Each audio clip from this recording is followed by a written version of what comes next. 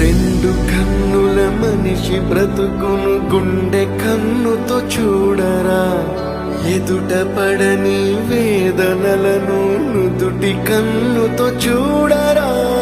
ఈశ్వరా పరమేశ్వరా చూడరా, ఇటు చూడరా.